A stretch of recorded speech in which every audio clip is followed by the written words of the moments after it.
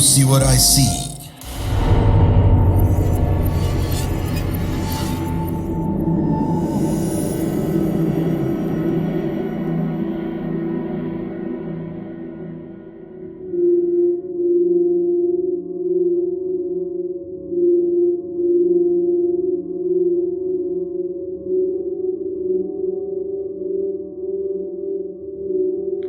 Assalamualaikum pendengar setia Do You See What I See. Ini salah satu cerita horor yang pernah gue alamin. Kejadiannya di tahun 2010. Waktu itu gue awal-awal baru nikah. Pas banget Idul Adha 2010 waktu itu. Seperti biasa, kalau Idul Adha kan suka ada acara bakar-bakar gitu ya, sate-satean, bakar-bakaran kayak begitulah. Nah waktu itu gue diundang sama temen gue, cewek dia, untuk datang ke rumahnya buat bakar-bakar sate gitu kan. Gue berangkat dari tempat gue itu setelah Isya jam 7:30. Sebenarnya nggak terlalu jauh buat ke rumah temen gue ini. Dia masih satu wilayah, cuman beda RW, beda RT gitulah. Nah buat ke tempat dia itu ada dua jalan. Pertama lewat jalan utama, itu yang muter jauh. Kedua lewat belakang. Nah lewat belakang ini lebih dekat. Nah, jadi kalau lewat jalan utama itu bisa dihitung mungkin 5 kali dari jarak lewat jalan belakang. Cuman lewat jalan belakang ini dia jalannya kecil, cuma cukup buat satu motor, jadi kayak jalan setapak gitu. Dan gua harus ngelewatin sekitar 300 meteran lah. Itu jalan sebelah kanannya dinding tembok, maksud gua tembok pembatas pabrik yang tinggi banget. Sebelah kirinya itu kali dengan kanan kirinya dia rimbun pohon bambu. Nah waktu itu istri gue lagi hamil anak pertama, usia kandungan 6 apa 7 bulan, gue lupa. Akhirnya walaupun udah malam, karena gue nggak mau jauh gitu ya muter lewat depan, ya udahlah kita lewat belakang. Kita berangkat selepas Isya waktu itu. Alhamdulillah, karena awalnya emang gue takut lewat belakang karena istri gue lagi hamil kan kalau kata orang kalau lagi hamil kayak begitu wangi gitu buat makhluk gaib.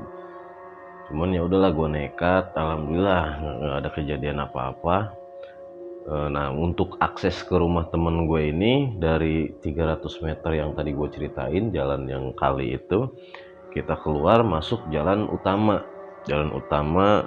nggak terlalu gede, jadi dia kayak jalan kampung gitu, cuman udah diaspal, cukup untuk mobil satu lah. Nah dari situ kita keluar dari yang jalan tadi yang gue ceritain, jalanan pinggir kali itu, keluar jalan utama. Nah kita ke kanan nggak jauh, sekitar 100 meter ada belokan lagi ke kiri. Nah untuk belokannya itu dia keluar lagi nih dari jalan utama, jadi masuk lagi ke jalan tanah gitulah, jalan kampung. 50 meter kita jalan ada jembatan. Itu jembatan udah jembatan tua banget, bawahnya kali lumayan gede lah.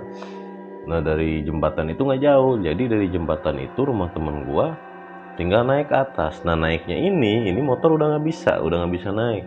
Jadi posisi rumah temen gue itu lebih tinggi dari rumah-rumah yang lainnya. Sebenarnya udah perkampungan itu, nggak terlalu padat sih, cuman rumah banyak. Jadi rumah temen gue ini kayak lebih tinggi gitu dari rumah-rumah yang lainnya. Kurang lebih tingginya ada sekitar 7-10 meteran lah. Nah untuk rumah temen gue kita harus naik tangga, yang tangganya itu tangga tanah bikinan sendiri gitu, undakan. Nyampe lah gue ke situ nggak lama, mungkin sekitar 15 menitan gue perjalanan. Gue nyampe, gue masuk ke rumahnya. Nah singkat cerita gue disitulah pada ngumpul di ruang tengah itu.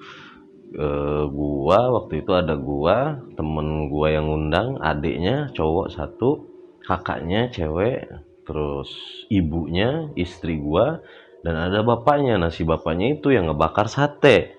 Dia ngebakar di posisi yang teras samping yang langsung ke bawahnya itu kali. Nah, dia ngebakar di situ sekitar kurang lebih jam 11. Nah, teman gue ini kan bapaknya asli Solo, orang Jawa. Di luar itu sambil bakar-bakar gue denger dia kayak ngomong sesuatu gitu. Jadi gue orang Sunda, tapi kalau ada orang Jawa ngomong pakai bahasa mereka, pakai bahasa Jawa, gue ngerti.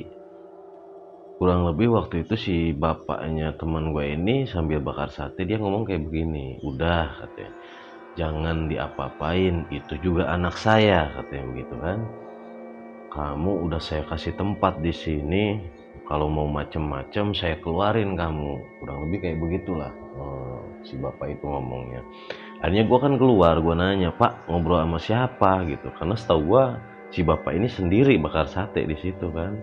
Waktu itu si bapak almarhum sekarang udah meninggal ya, si almarhum ini cuma bilang begini, ah enggak Jar katanya, enggak ngomong sama siapa-siapa, wong bapak lagi nyinden gitu ya kan.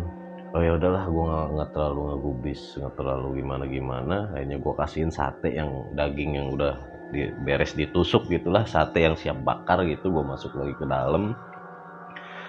Nah, gue masuk lagi ke dalam, gue baru ngeh ternyata istri gue lagi senderan di pintu di tembok pintu kamar yang ada di ruang tengah.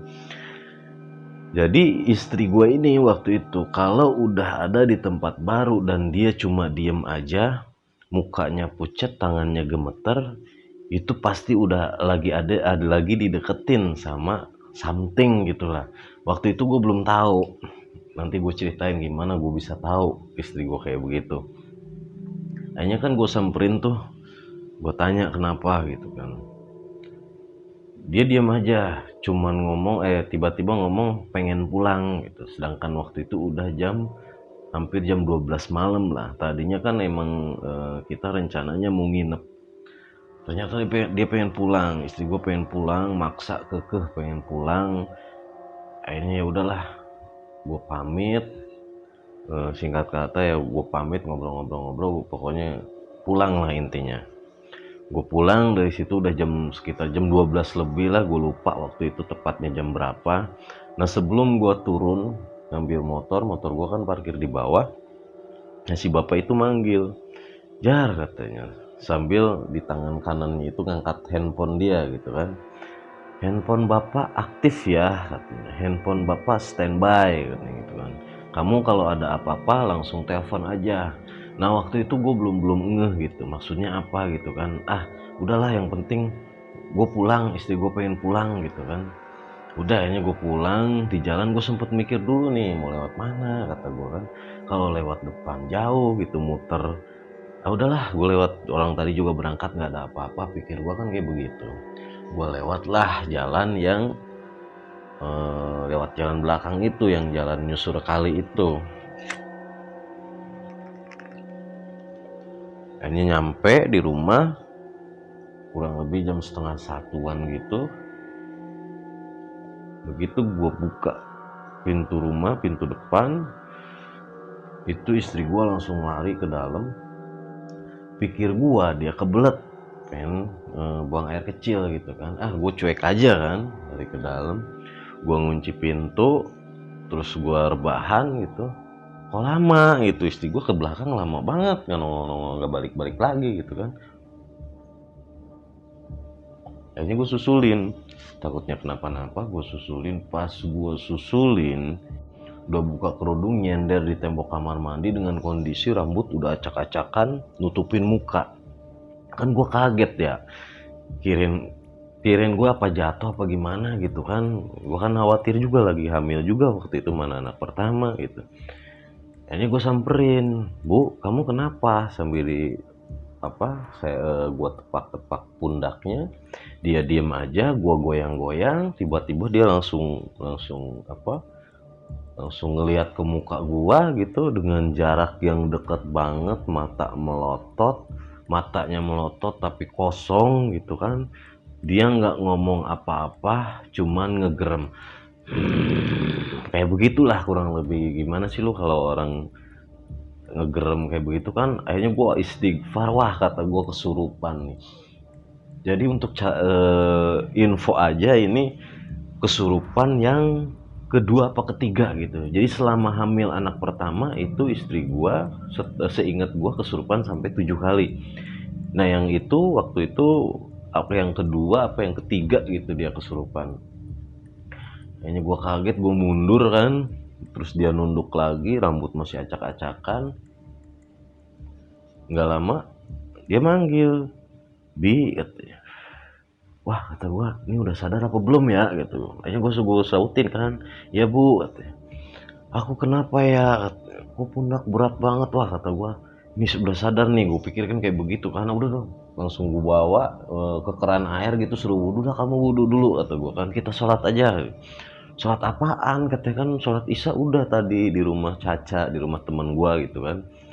Udah sholat apa aja lah, gue pikir kan kayak begitu kan. Gimana ya namanya, kayak gue panik gitu kan, anak-anak apa ya lagi hamil anak pertama juga. Udah yang penting gue pikir udah sholat sunat apalah, sholat hajat kayak terserah gitu kan. Akhirnya gue juga wudhu, terus gue amparin sejadah. Cuman waktu itu istri gue kondisi masih lemes, gue mau kena pun gue pakein, dia nggak bisa pakai sendiri, gue pakein, gue berdiriin, bisa tuh dia berdiri. Akhirnya gue sholat di depan dia, dia di belakang. Tapi gue sholat nggak fokus tuh, jadi si ekor mata gue ini terus ngelirik gitu kan, kasarnya ngelirik istri gue, ini gimana nih gitu. Waktu rokaat pertama itu masih kelihatan dia masih gerak lah, sujud, ruku segala macem. Begitu rokaat kedua itu gue lihat udah jatuh lagi ke bawah sejadah. Nah, ini gue sholat rokaat kedua pun gue cepetin, gue buru-buru. Pas gue nengok itu dia udah posisi duduk kayak duduk bersimpuh begitu, kepalanya nunduk lagi. Gue pegang kan kepalanya, "Bu," gitu. Itu kayak tadi lagi, kayak yang di kamar mandi. Dia langsung nengok, melotot sambil ngegerem lagi. Wah langsung gue peluk kan, gue peluk, gue taruh di kepalanya, gue taruh di paha gue gitu, sambil gue bacain ayat kursi segala macem lah. Nah gue baru ingat sama si bapak kan. Akhirnya gue ambil handphone, gue telepon. Gue belum ngomong apa-apa, itu si bapak di telepon langsung bilang kayak begini, "Oke, bapak meluncur ke situ sekarang." Ah udah, gue nggak banyak cerita. "Ya pak, saya tungguin." Istri gue letakin kan, gue buka pintu dulu tuh. Itu gue sambil lari-lari buka pintu juga, maksud gue biar si bapak datang itu ku pintu gue udah nggak perlu ribet gitu buka pintu, dia tinggal masuk gitu kan. Udah kan, gue buka pintu, gue ambil lagi istri gue taruh lagi di lahunan gue, kepalanya itu.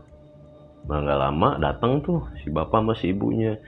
Begitu buka pintu itu si ibunya langsung eh, nyebut istighfar tapi setengah teriak gitu, "Astagfirullahaladzim," gitu kan. Gue kan kaget ya, "Sini sini sini," katanya istri gue. Diambil tuh masih, "Udah kamu ngambil air."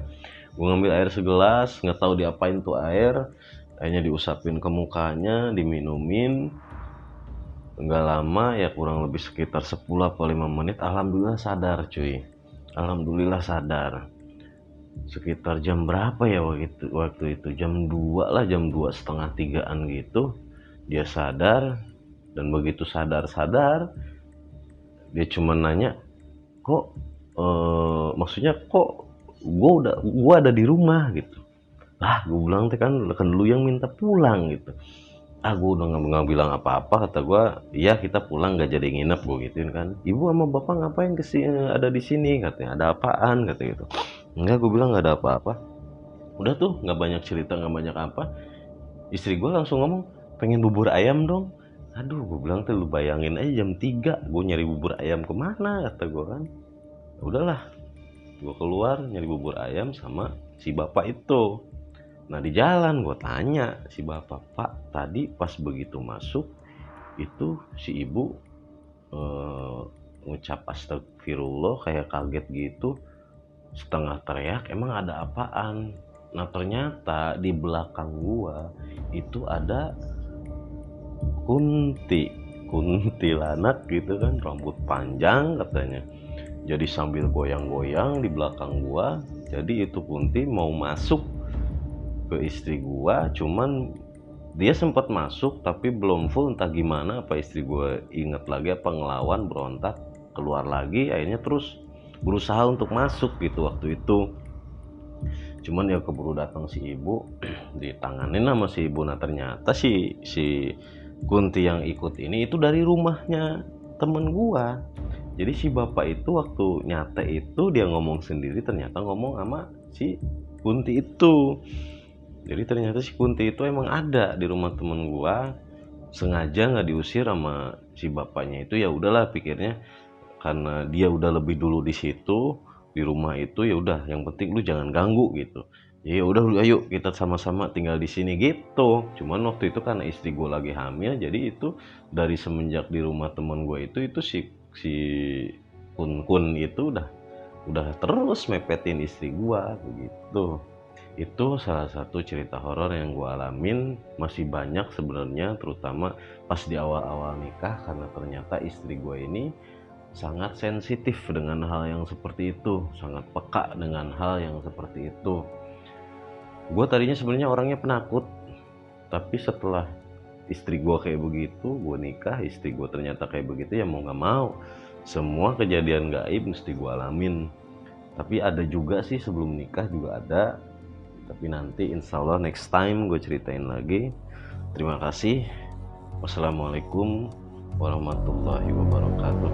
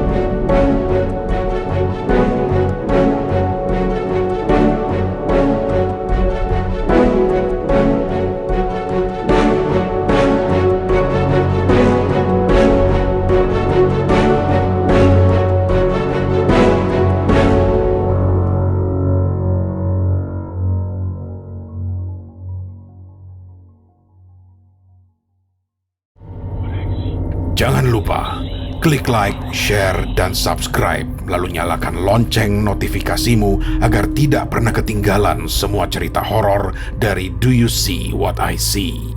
Kamu juga punya pengalaman horor? Kirim ke podcast.ceritahoror@gmail.com podcast.ceritahoror@gmail.com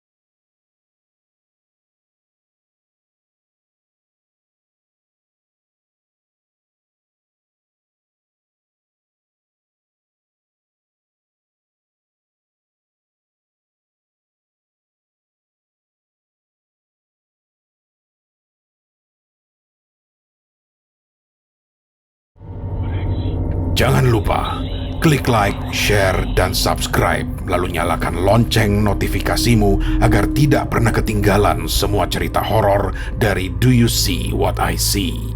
Kamu juga punya pengalaman horor? Kirim ke podcast.ceritahoror@gmail.com podcast.ceritahoror@gmail.com